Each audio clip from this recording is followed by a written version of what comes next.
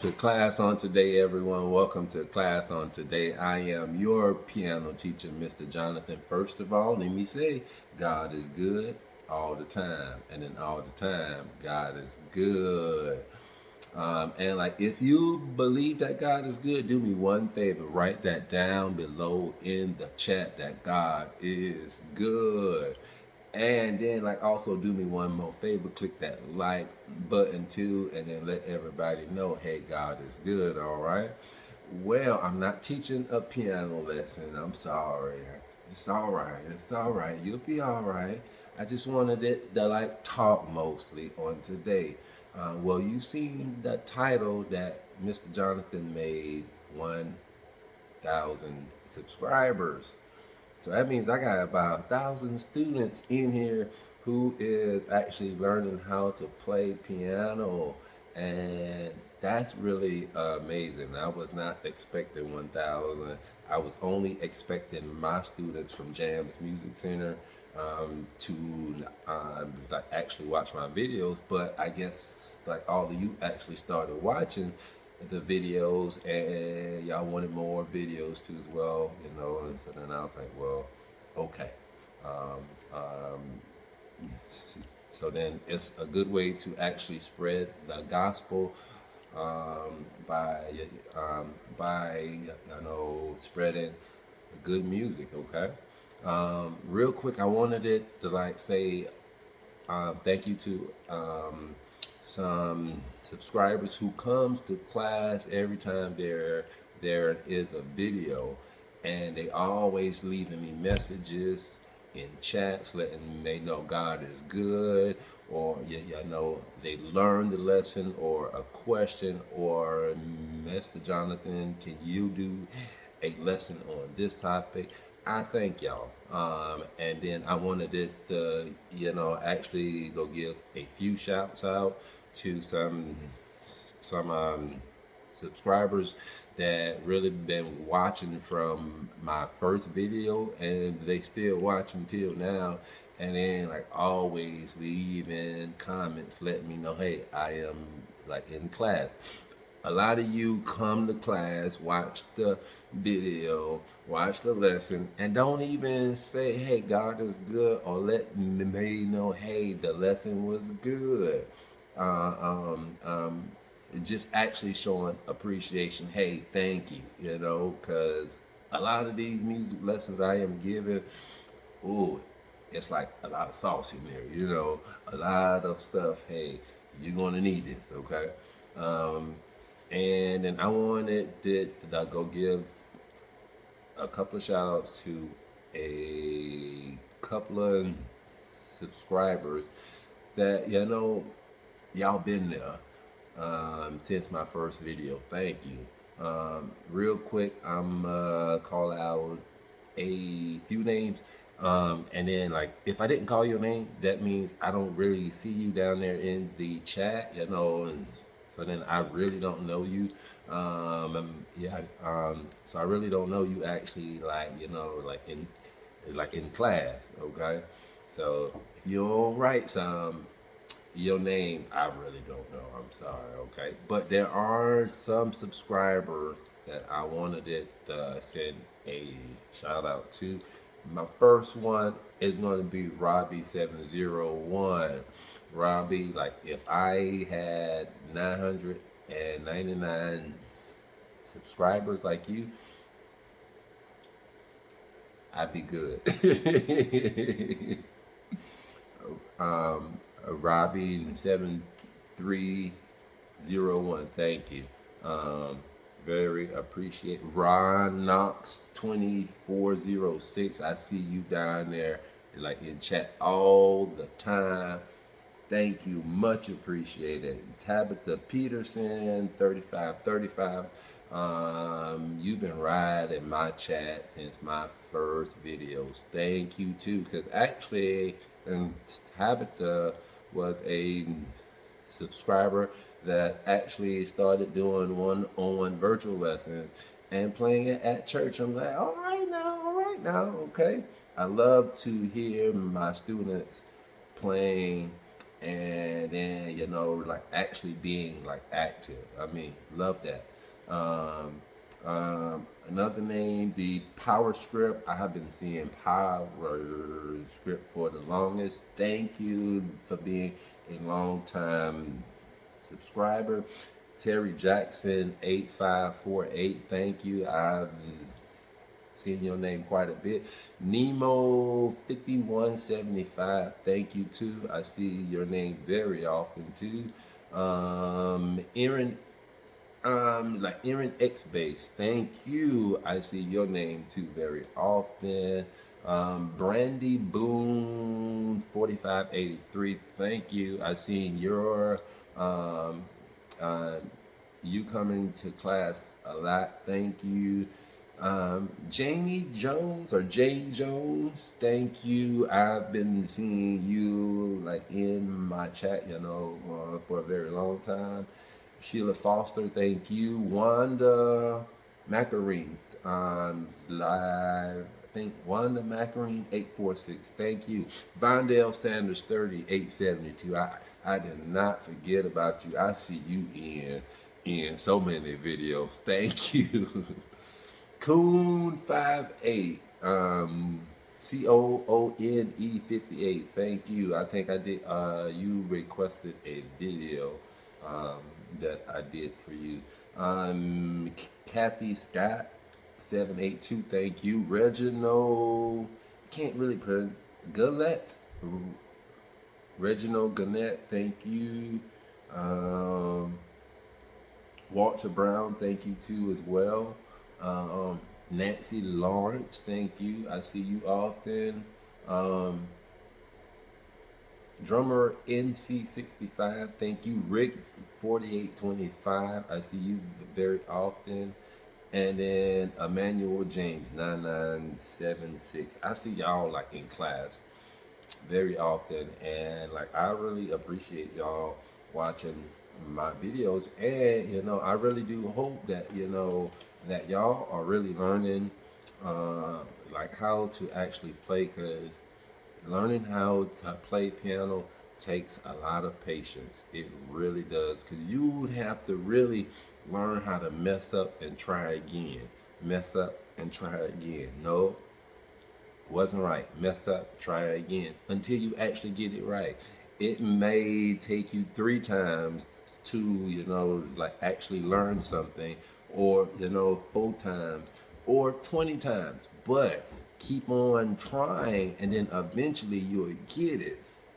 That's the one of the problems that a lot of people have. They actually get frustrated because they can't do it right, versus keep on trying, and then keep on trying, and then eventually you will get it right. I love that because I can try something and then nope, that's not it. No, nope, that. But keep on trying. Don't give up. I mean, okay.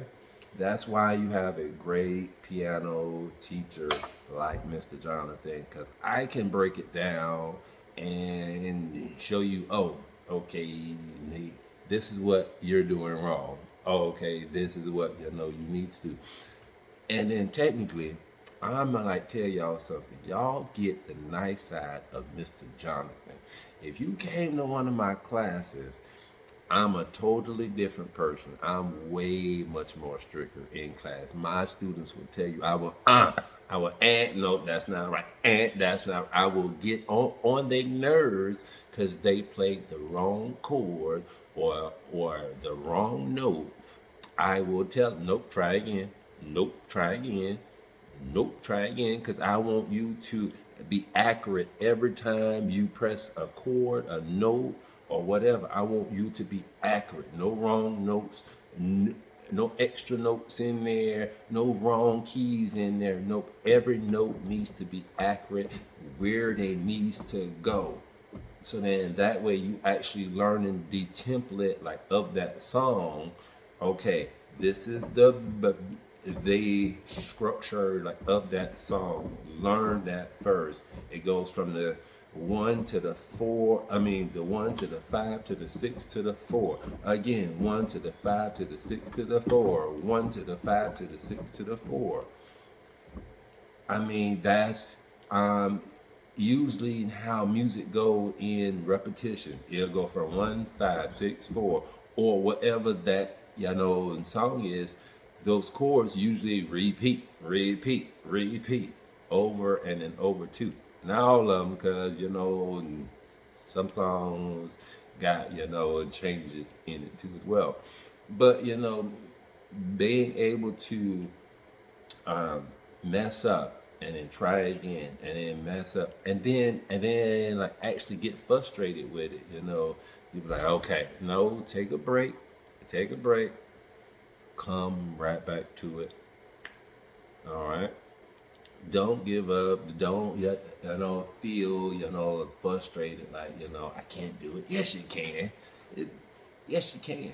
But yes, in class, I'm like way stricter. I can't be strict with y'all because I can't really like hear y'all playing. But in class, mm, yeah, I'm a lot different. But you actually learn, and then you look like, oh, I got it. Okay, so y'all get that nice side of Mr. Jonathan only because I can't hear you while you practicing. But I love a and sit like this, be like and but always make sure every time you press something, make sure you are hitting the correct note. Okay, bad thing about it is, like, let's say you're doing a 1 5 6 4. I use 1 5 6 4 very often, okay, in a conversation or lesson as an example. 1 5 6 4. Let's say you played 1 6 4, um, like accidentally.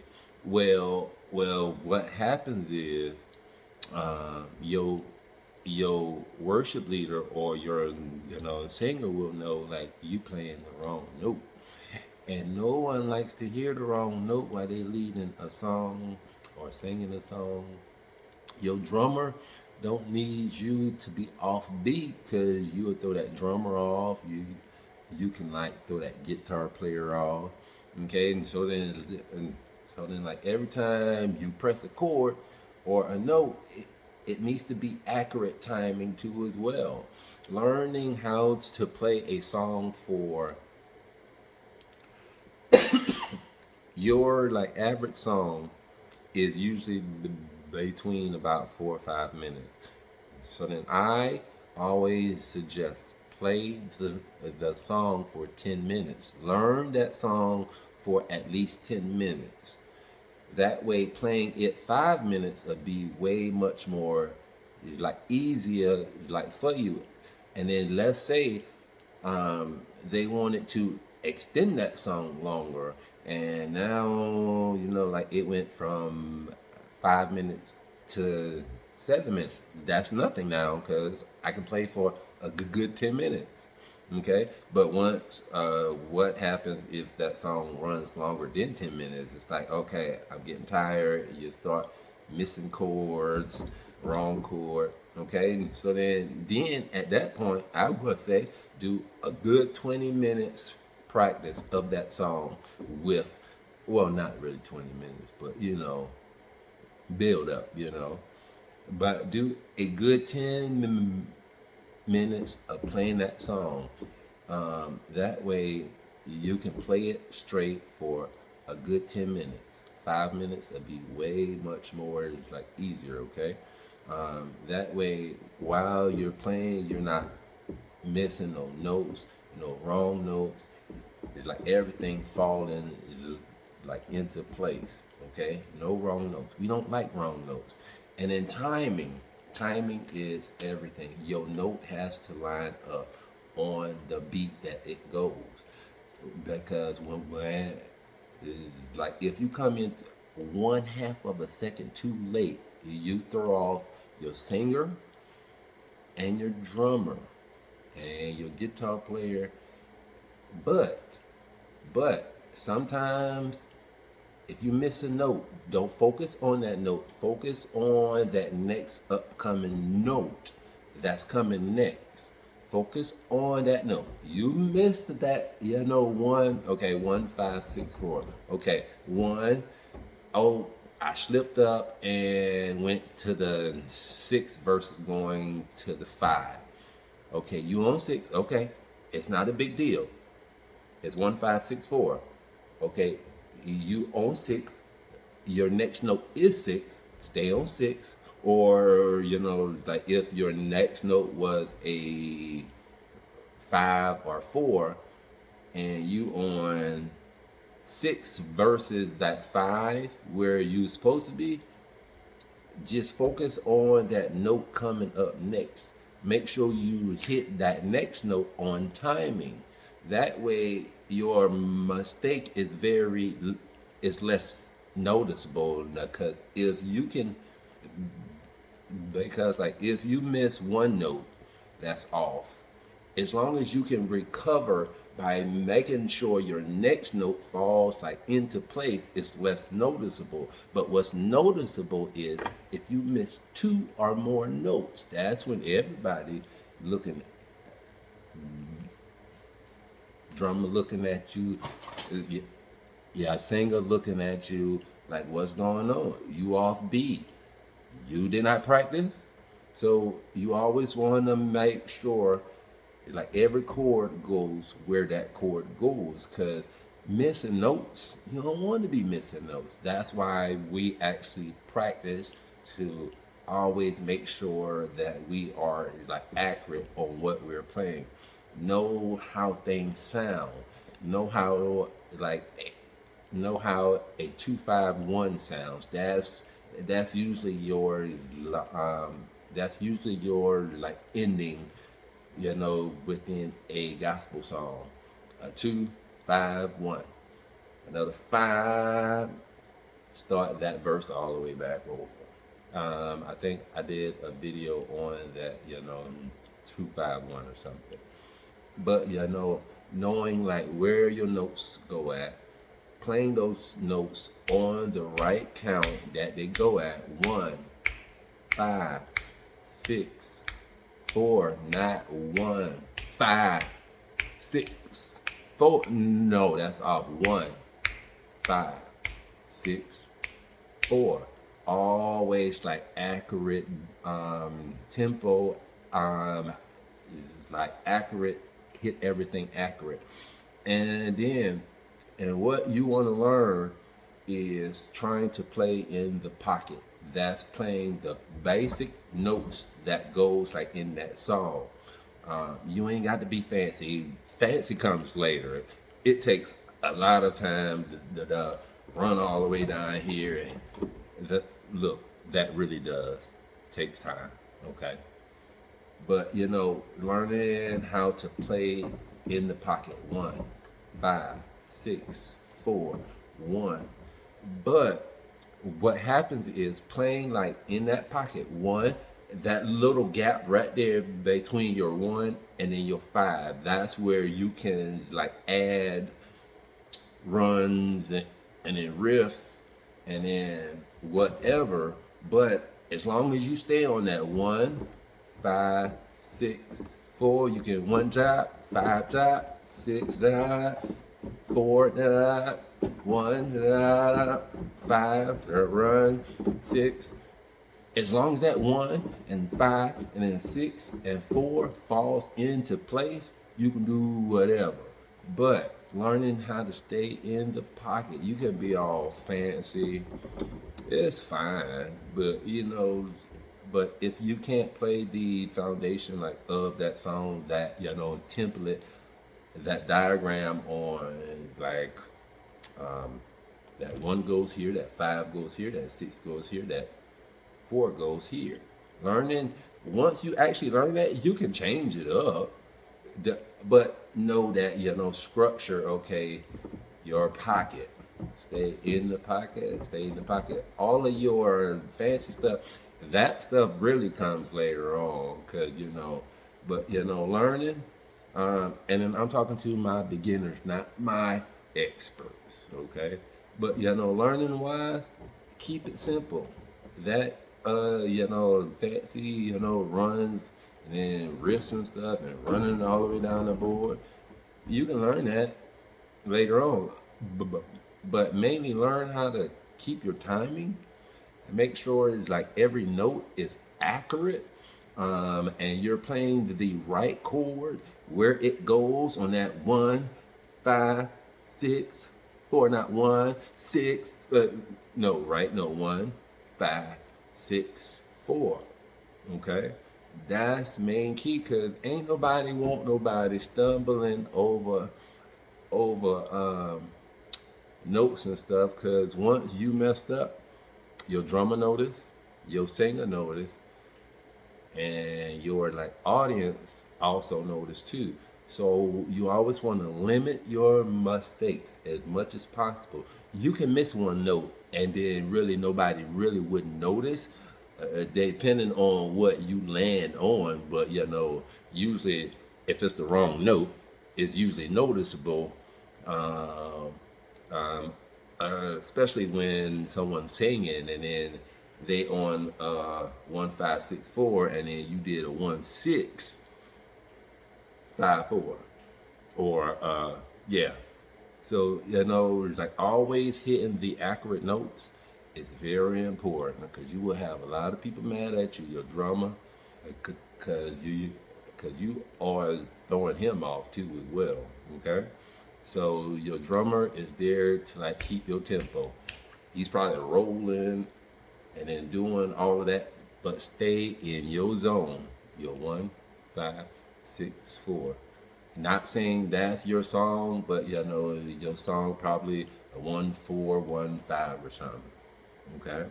Um, like another thing is, uh, for a lot of you newbies who probably haven't been on stage yet, like I go tell my students, if you play in front of me, I am worse than a like audience of 1,000 people, because I will ank you quickly. Because and then two, you didn't mess up yet, you think, but I would usually add, because I like heard you slide on your last note, and then I already knew your like upcoming chord wasn't going to line up, because you had already try again. Everything has to line up, okay? Um, so then I am worse than a audience of 1,000, because I will ank you real quick, start back over. Nope, that's not right. And nope. And then once you finally get it, there you go. You'll be like, oh, okay, all right. But let me also say this to you.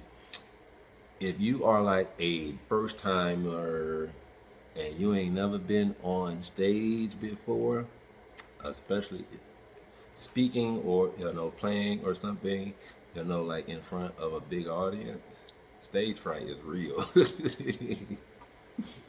Stage fright is real. But in times like that, because me personally, I still get nervous. I've been playing for a very long time, and like I can like go somewhere, and then I can like be nervous because it's everybody looking at me, So, but me, that's a rush. That's a good adrenaline rush, because it's like everybody watching me, so they want to know what I can do. So I got to show them what I can do. I love that.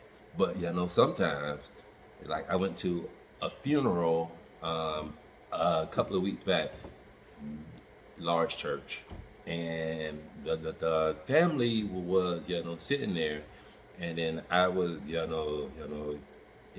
setting up, and then they all looking at me. So I'm like nervous now, because they all looking at me, you know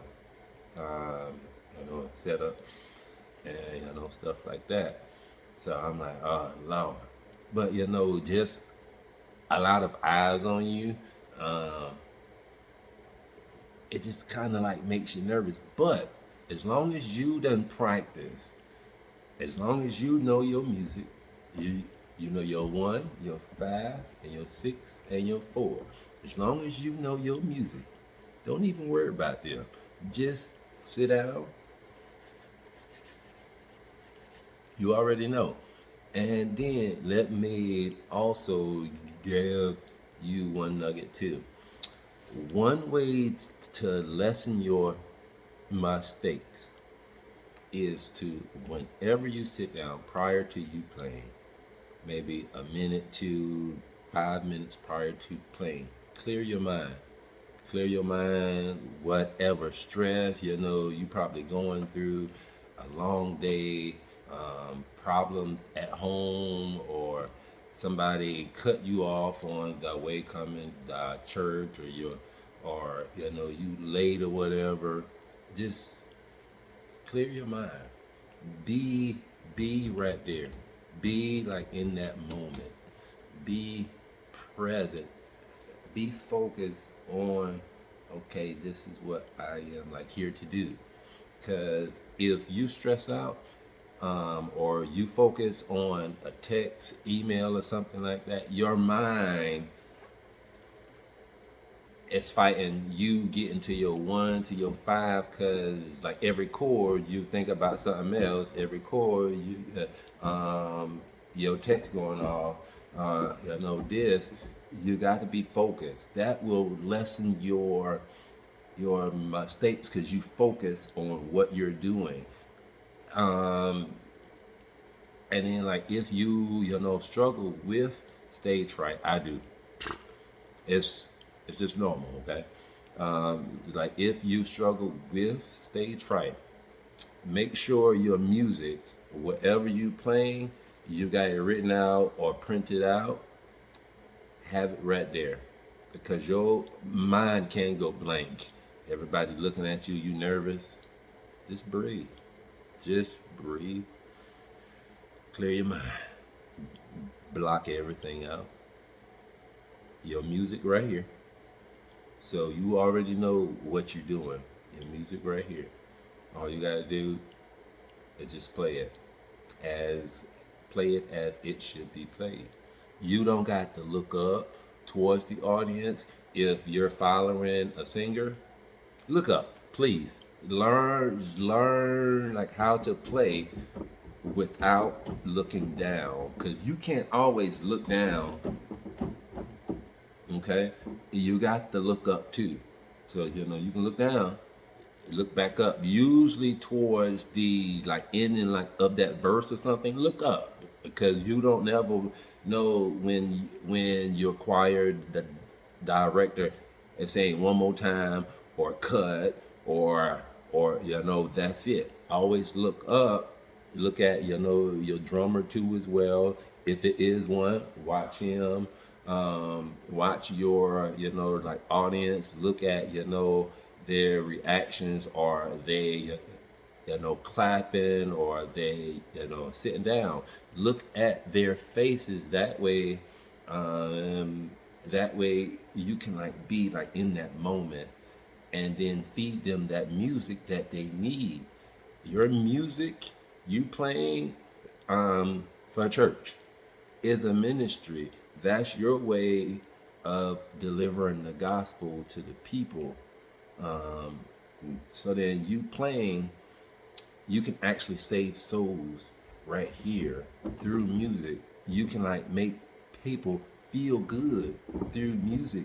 You can make people feel sad through music. You can make people happy through music. You can change a lot through music. So that's why this piano is very important. And you got to like take it seriously, because otherwise, why are you playing? And your why really is your driving. Like, I usually like ask all of my students, what's your why? What's your why? Write down your why in the chat on why are you learning how to play, or why do you want to play. Great answers I got was, my church need a musician, so I am stepping up and then playing. That's a great why. Why? Because that's motivating you to learn. Another why I got was was I want to learn because it calms me down. It was someone who came to my class and they wanted it I learned because they suffered with what's it called? I want to say like ADD or something, and then them playing it kind of like calms them down. Uh, um, your why is, hey, Mr. Jonathan, I'm learning because I want to make this money. Just practice. I mean, because money, this is a lifetime career. Okay, learning how to play is a lifetime career. Let me tell you again. Hey, learning how to play piano is a lifetime career. Everybody needs musicians. All right, everybody needs a piano player. Piano players are just hard to find.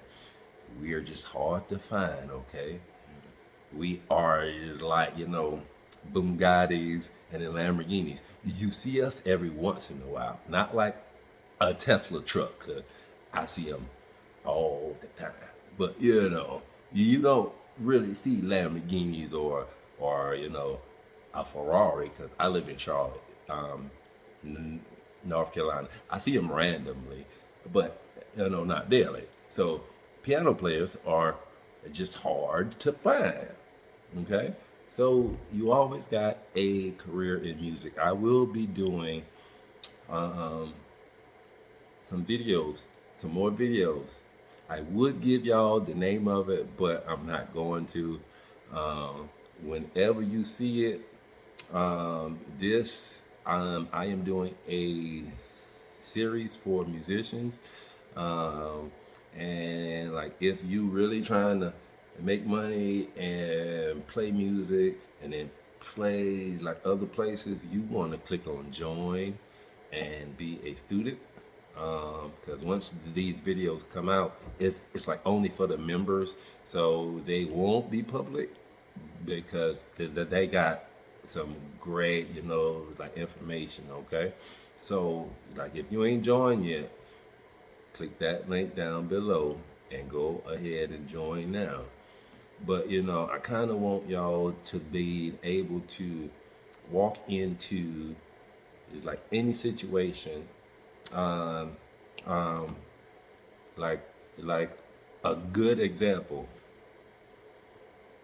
If you in church, and this old mother start singing, "Come on in the room, yeah, come on." Stop first. You don't know it, right? Random song. You don't know it. First thing, what I want you to do is breathe, let it out. After that, I want you to find out what key she's singing in. Walk it up, and please lower your volume whenever you da da da da da da da da da. Yeah, that is very annoying to your audience and to your singer because you actually throwing your singer off from her original key now. All right, turn it down low. Find out what key she in. If you think she's singing in C sharp, walk that C sharp scale and then see whether um, she lines up there. If not, try another key. All right, that's the first thing. Find her key. Second thing, see what pattern she's singing in. You can usually tell. Okay, if you've been watching my videos, you can usually tell. If you done watched all of my traditional songs and stuff like that, I gave you a couple of patterns that worked for majority like of your traditional gospel, congregational songs and devotion songs. Come on, like in the room. All right, dissect it real quick. See where are they going? Come on in the room. That's a one, right? All right, and then that second come on in the room goes, oh, come on. That's a 6. A 6 is very recognizable coming from a 1. So is a 141 or a 151. They all got this certain sound. But a 161, come on in the room. Hey, come on in the room. Jesus is your doctor, and he write out all of my prescriptions, and he gives me all of my medicine. 5 in my room. So, and then 2, you got to like practice on it too as well, learning like how to find somebody's key like really quick. One good example of learning how to find a key is play random music on YouTube, whether gospel, whatever kind of music you want to do. Play random songs. You ain't got to learn the song. All you got to do is play it. Play the song. See what key they in. They in like A flat. Run that scale for like A flat. If it's that, next song. You ain't even got to learn the song unless you actually want to learn the song. But the point is, find random songs you probably like, or just random songs, and then listen at those songs, and then try to find out what key they in. All right. Next song is B.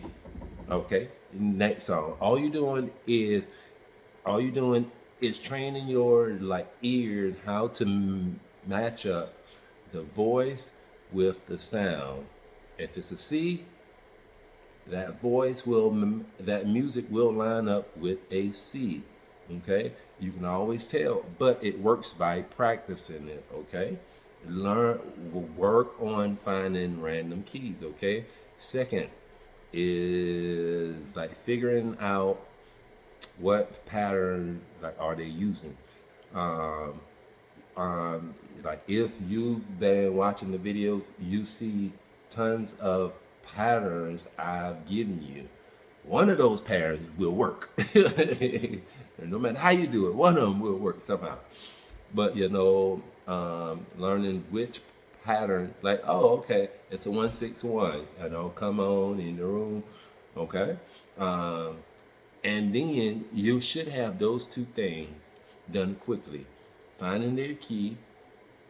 Turn down the volume too now, okay? Turn down the key, the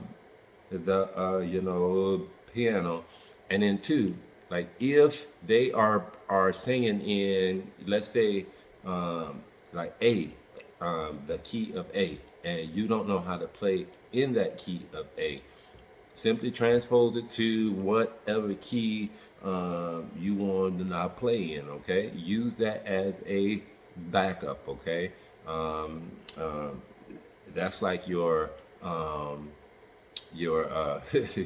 got a word for it. That's your ah that's your I had a name for it that I usually tell my students, but that's your last resort. Like they singing in G, and oh yeah, okay, I got it now.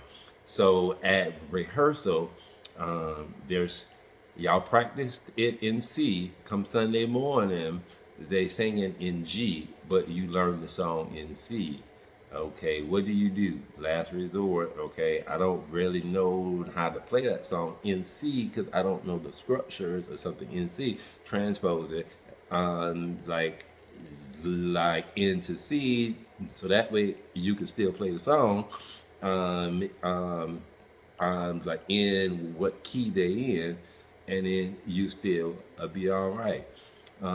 Yes, I said learn your keys, learn all 12 scales. I did a video on it. I think it's the last video prior to this one.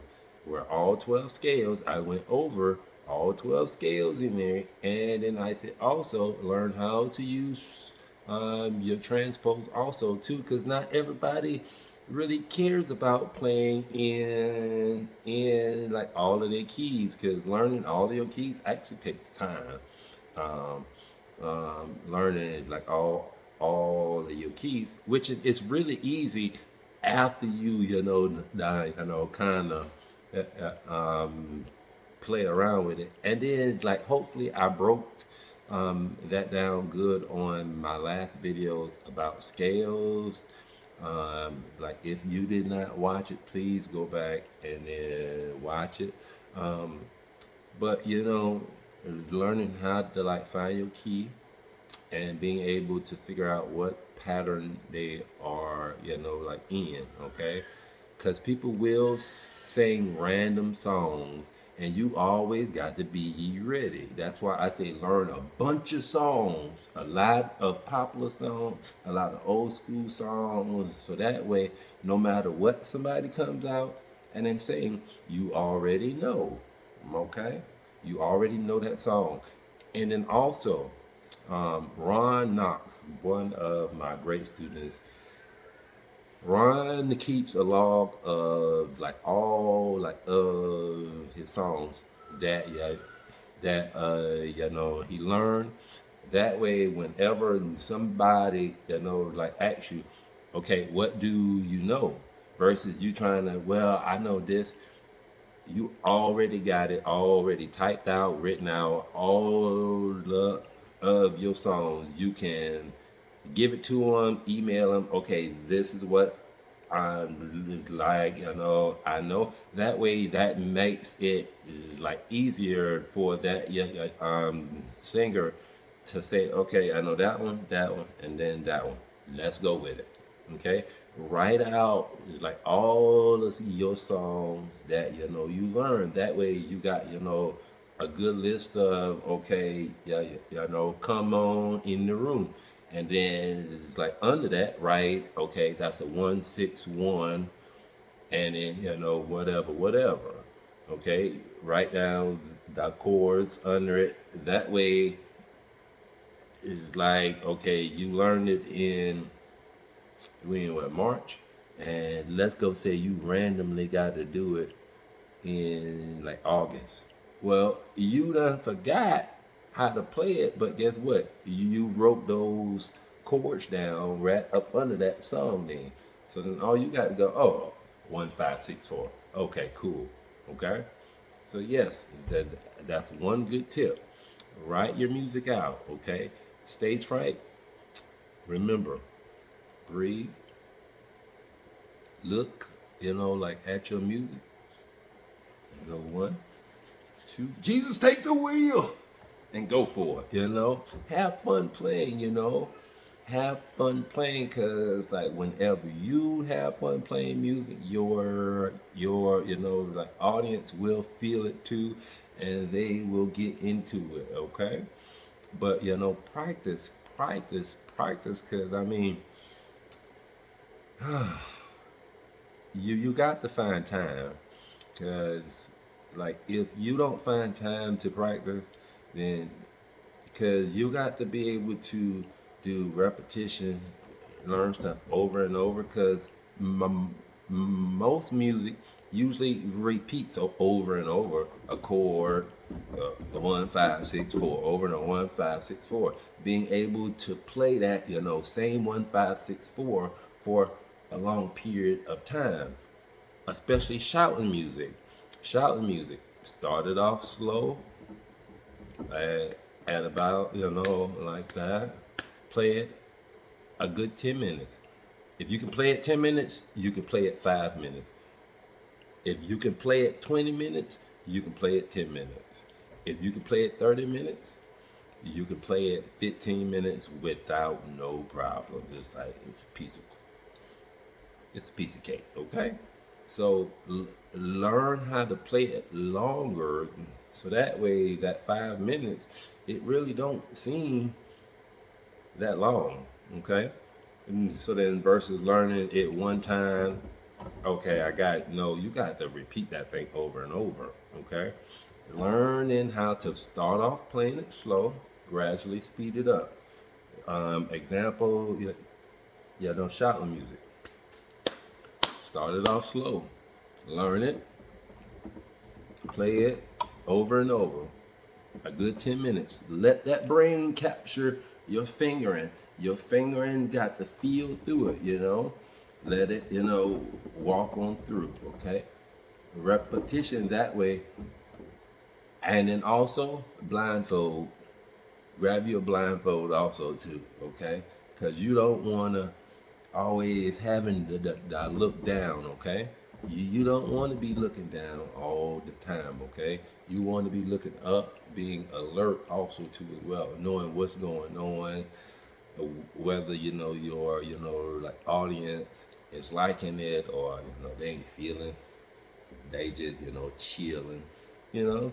So blindfold yourself and then play it too as well, because if you can play it blindfold, then you got it, okay?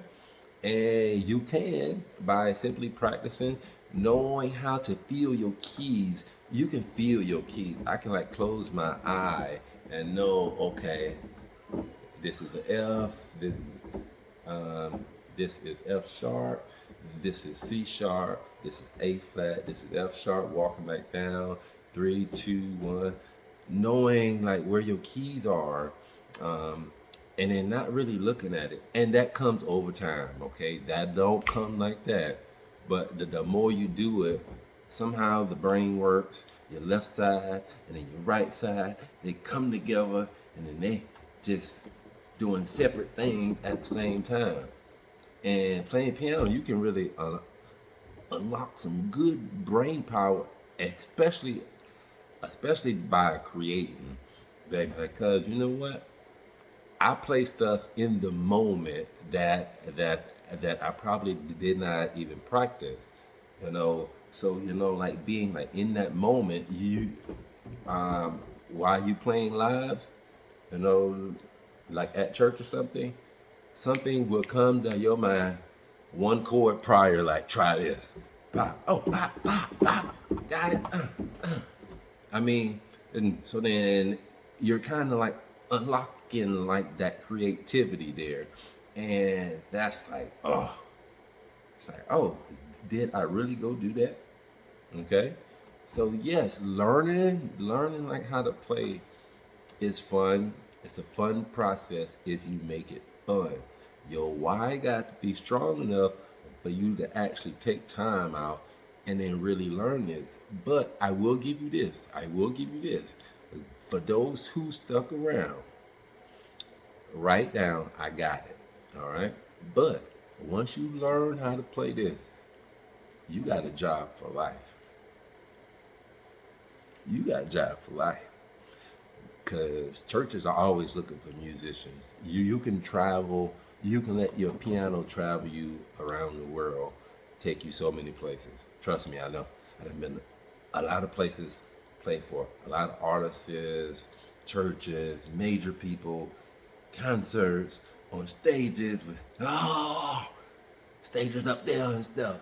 So your gift will make room for you. That's a fact. Okay, I can stand on that. Learning this is a great investment. Okay, why? Because even whatever you dished out learning this, whether time or money, you'll make uh, almost 1,000 times that money back if you faithful to what God blessed you with. Okay, and then don't forget whenever you are playing for churches, just know you're just like that pastor. You are trying to save souls. You can literally change lives with this. I've seen it. People come to me all the time and then say, Jonathan, your music touched me. I got closer to God. I got saved. Over the years, I've heard so much just because I probably played a song that really ministered to their life. So that's why I take my gift on what I do seriously for God. And that's why I am like teaching y'all, so then that way y'all will know also too as well. Like, you got a great gift, and yeah, and I want to be there for your whole journey. Think about Mr. John. He said, "Hey, right, God, dog, okay." So yes, I want y'all to really enjoy this, and then like also pray. Be like, God, I really want to learn this. Please, what do I got to do to actually learn this? He'll probably tell you, well, you can click that join button in Mr. Jonathan's link down there, and that's who I am sending to you, so you can actually learn how to play. But learning how to play is only half of it. Knowing how to flow prophetically, church wise, being versatile, being able to play for a Baptist, AME, Kojic, Pentecostal, Holiness, non denomination. Learning how to be um, be flexible on knowing how the churches run, because every church has a different sound. Every church is different. Okay, you may have some similar, but learning how learning a Kojic preacher from a Baptist preacher. They preach totally different. The Baptist maybe a little bit slower. Kojic, and the Lord said, yes, He will, yes, He will. Pentecostal too, yes, He will. And there are preachers who drive it, and the Lord, yes, He will.